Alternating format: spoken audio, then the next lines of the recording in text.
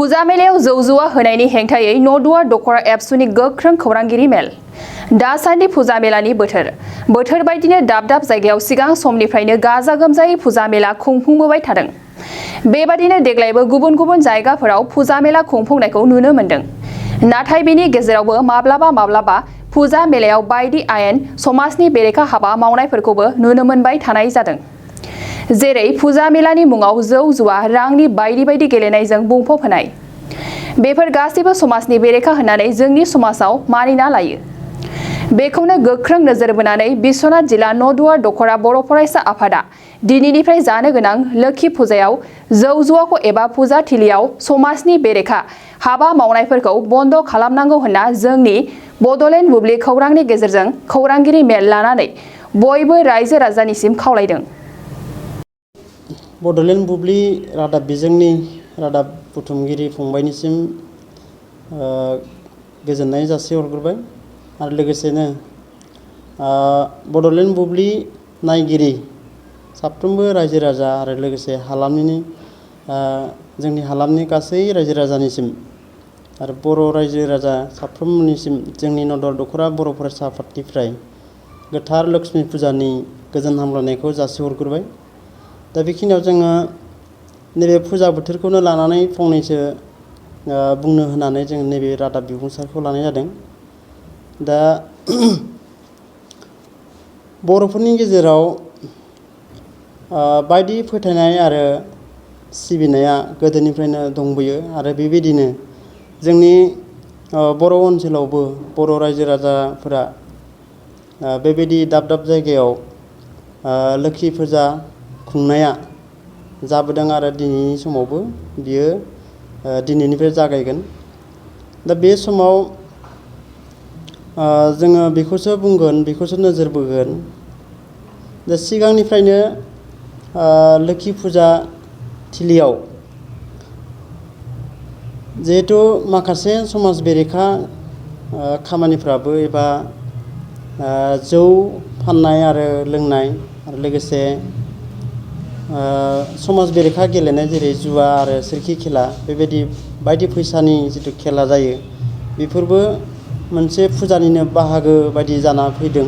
दा बेखायनो नैबे समाव आङो बेखौसो बुंगोन, दुलाराय बर' फरायसा आफाद हिसाबै जिहेतु जोंनि समाजनि गेजेराव बेबायदि समाज बेरेखा गेलेनाय आरो जौ लोंनाय बेफोरखौ खमायनो आरो होबथानो गोबां समाव गोबां हाबाफारि लाबोदों आरो बिदिनो फुजानि समाव आरो गुबुन समाव थासारिखौ नायनानै बेबायदि समाज बेरेखा गेलेनाय आरो जौ लोंनायखौ खमायनो आरो होबथानो गोबां हाबाफारि लाबोदों।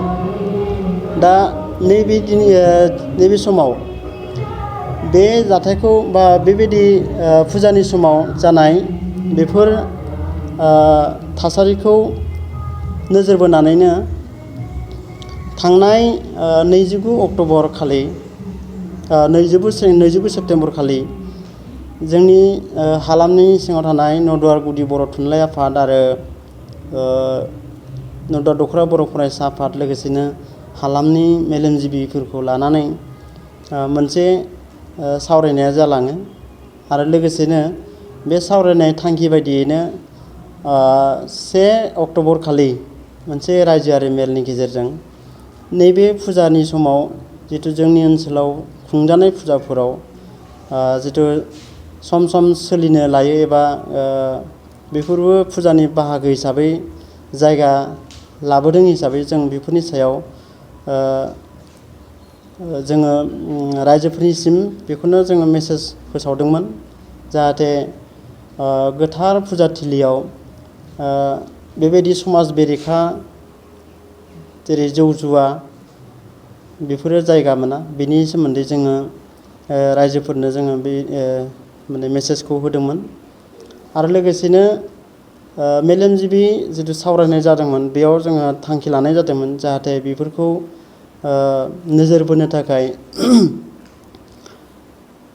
एडमिनिस्ट्रेटिभ लेभेलाव जोङो मेम'रेन्डाम गथायनाय जाथों। बेबायदियै थांखि लानाय बायदियैनो मैया थामहिनबा 8 अक्ट'बर खालि जोंनि बिश्वनाथ जिल्लानिनो एसपि आरो लोगोसे जोंनि सुतिया थानानि असि आरो लोगोसे आउटपस्टनि आइसि इटाखलायाव जोङो बेफोर फुजानि समाव बेबायदि माने सोलिनायखौ नोजोर बोनो थाखाय आरो मेम'रेन्डाम जोङो गथायनाय जायो।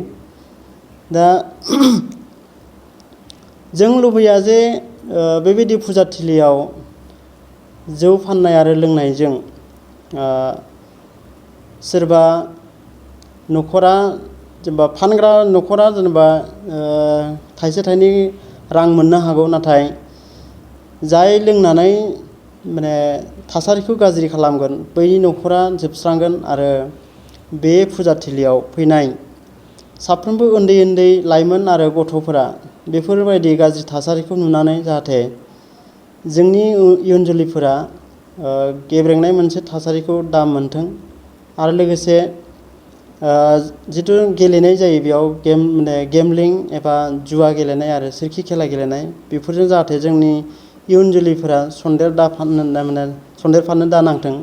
दा बेखौ नोजोर बोनानैनो जोङो नैबे समाव मोनफ्रोमबो फुजा माने खुंथाय आफादनो जोङो दख'र आफादनिफ्राय बेफोरनि सायाव नोजोर लाखिनानै माने फुजाखौ जाहाथे गोथारै बा गोजोनै बारहोलांनो हायो बिनि थाखाय जोङो माखासे फोरमायलाइ एबा लाइजाम गथायनाय जादों। आरो लोगोसे जों नदुवार दख'रा बर' फरायसा आफाद हिसाबै बेखौनो जोङो खावलायहरगोन मोनफ्रोमबो फुजा खुंथाय आफादा जाहाथे नैबे समाव बेबायदि समाज बेरेखा माने जौ जुवा आरो बायदि माने समाज बेरेखा गेलेनायखौ फुजाजों लोब्बा होनानै एबा फुजानि थावनियाव जायगा होनानै जाहाथे फुजानि गोथार ओंथिखौ माने गुबुंले खालामा, बेखौनो जोङो नदुवार दख'रा बर' फरायसा आफादनिफ्राय साफ्रोमबो रायजो राजा आरो फुजा खुंथाय आफादफोरनिसिम जोंनि बेखिनिखौनो खावलायहरनाय जायो। बाजाज कम्पानिनि गुबुन गुबुन रोखोमनि बाइक सालायनो मोजां मोनग्राफोरनि थाखाय मोनसे गोजोनथाव खौरां। ब्रह्म अट'मबाइल्स एबा बाजाज श'रुमआ लाबोदों नोंथांनो दुर्गा फुजानि स्पेशल अफार। ब्रह्म अट'मबाइल्स एबा बाजाज श'रुमआ उदालगुरि जिल्ला रौता सारियालियाव दं। खोब खम बेसेनावनो एबा 9,999 डाउन पेमेन्ट होनानैनो नोंथाङा बाजाज कम्पानिनि गुबुन गुबुन रोखोमनि बाइकफोरखौ लानो हागोन। बाइकजों लोगोसे स्पेशल गिफ्ट पेकबो मोननो हागोन। स्पेशल गिफ्ट पेकआव हेलमेट आरो 5 लिटार पेट्रल हरनाय जागोन। बेजों लोगोसे गोजाम बाइक आरो स्कुटिफोरखौ बेयाव सोलाय सोल' खालामनायनि खाबुखौ मोनगोन। गोबांथार फोरमानलाइसि होनांगौनि गोनांथि गैया। स्पेशल अफारा 27 सेप्तेम्बरनिफ्राय 8 अक्ट'बरसिम सोलिगोन। गोबांथार मिथिनो थाखाय 9101541183 9365531885 आरो 9957318292 जानबुं अनजिमायाव जगाजग खालामहरनो हागोन।